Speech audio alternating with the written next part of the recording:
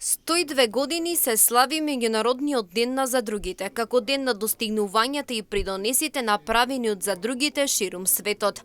Председателот на мрежата на земјоделски задруги Ѓорѓа Николовски во просториите на Меѓународниот Славјански универзитет во Свети Николе посочи дека интересите и барањата на земјоделците треба да се стават во преден план, се со цел да се изгради заедничка платформа од која ќе произлезат акциони планови. Значи мораме да бидеме многу покреативни, мораме да бидеме многу поодговорни, да ги ставиме на преден план интересите на земјоделците, на платформите, да изградиме заедничка платформа, стратегија за развој, од која ќе произлезат после тоа и акциони планови.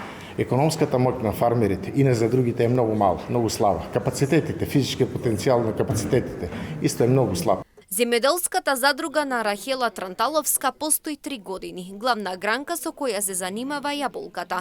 Вели дека за јаболката се произведува и продава на пазарот по ниска цена, но доколку се здружат земјоделците, тогаш може заеднички да се придонесе за крајен производ.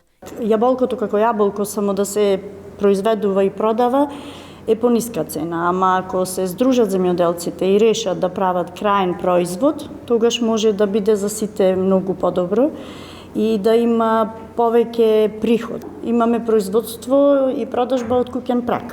Значи, се што правиме, продаваме преку социјалните мрежи. Во земјоделската задруга Агропур од село Црешка Штип членуваат 12 задругари, со над 750 пчелни семејства, каде главно се концентрирани на производство на мед.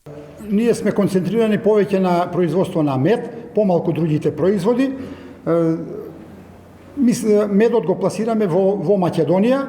Има одредени кои што се прекупци, кои што го носат и за Косово, пошто медот е од локалитетот Медена земја. Годишното прославување на овој ден, се вели во соопштението од мрежата на земјоделските задруги, го препознава значителниот придонес на задругите кон глобалната економија и нивната улога во градење на поддржлива иднина.